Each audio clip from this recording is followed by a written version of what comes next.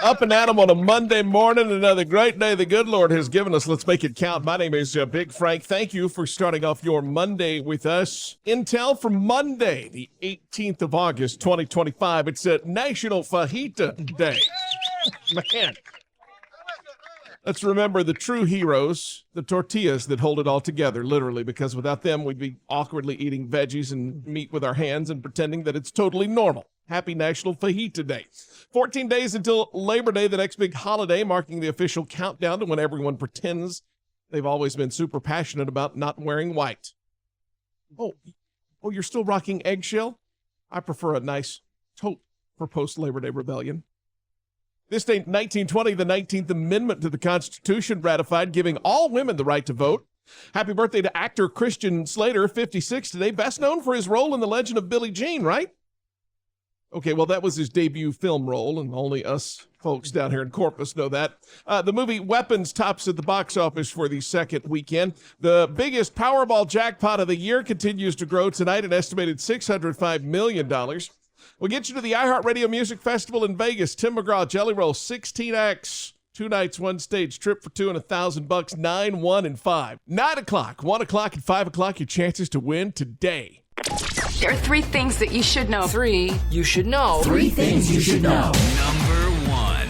The city is looking at water rate hikes. KIII 3 News had the story that the proposed changes are tied to the Mary Rhodes Pipeline, which recently had its capacity boosted. Any changes would not happen until next year, so closely following this story. Number 2. The City of Corpus Christi has a new logo. The old Harbor Bridge was in the previous logo, but now the new one, the new Harbor Bridge is featured. It is set to be unveiled this week at City Council. They also made the sharper on the Mirador image there on the seawall. Pretty neat. You can find it online. It'll be debuted tomorrow. It's a City Council. Number 3. Houston Astros slugger Yordan Alvarez scheduled to begin a rehab assignment here with the Hooks tomorrow as a designated hitter. Alvarez has been out since May 3rd with a small fracture in his right hand.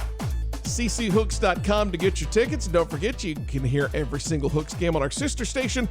That is News Radio 1360 KKTX and on the iHeartRadio app. Well, no big quote of inspiration this morning, but I did see a great meme over the weekend that a couple of my friends shared. It says, and I quote, "Gen X still prints boarding passes because we survived Microsoft Word has encountered an error and needs to close." As we watched our term papers vanish into thin air at 1 a.m., we know technology will betray you at the worst possible moment. A great meme some friends I've seen shared over the weekend, and it's true. We learned the hard way as Gen Xers. We learned the hard way that technology will betray you at the exact worst possible moment, which is why I still hit save every 3 seconds like it's a nervous twitch.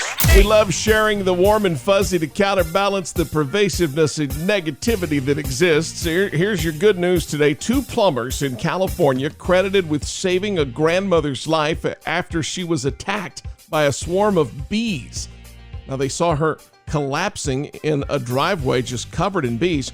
They caught her before she hit the ground, and they used a fire extinguisher to drive the bees away. The pair then lured the swarm into their van, enduring dozens of stings themselves in the process until emergency crews arrived. The woman had a severe reaction, but is recovering.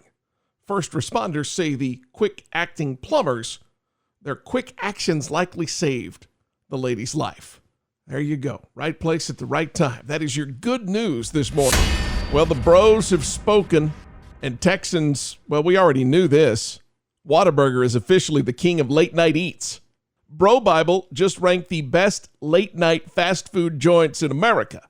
And Whataburger came out on top, beating out In-N-Out, Steak and Shake, even Jack in the Box. Why, you ask? Well, they say bigger burgers, better taste, fries that don't disappoint. And, of course, let's not forget the spicy ketchup or those glorious taquitos at 2 a.m. And this isn't just one random list either. USA Today readers recently voted Whataburger into the top 10 best fast food burgers in the country. So, yes, the rest of America finally catching up to what Texans have been saying all along. When it's late, when you're hungry, when only the best will do, it's Whata time. And remember, nothing good happens after midnight except Whataburger. And all of that being said, I would not be sad if Waffle House wanted to set up shop here too. Just saying. Okay, so here's a shocker that might burn a brisket or two in Texas. Las Vegas has been named the #1 barbecue city in America. Yes, Las Vegas, according to Betway Insider. Sin City has 107 top-rated barbecue spots, more than anywhere else. And their crown jewel is John Mull's Meats and Roadkill Grill.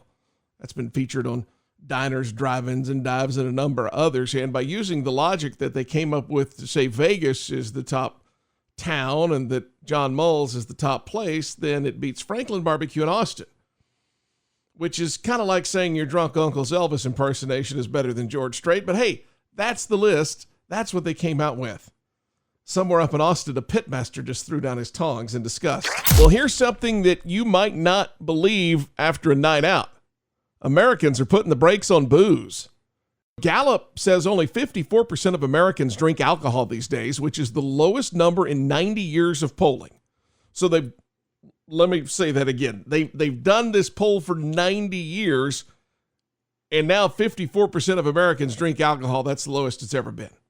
And it's not just one group of people. It's every age demographic, every income level, every gender, even political stripe is cutting back.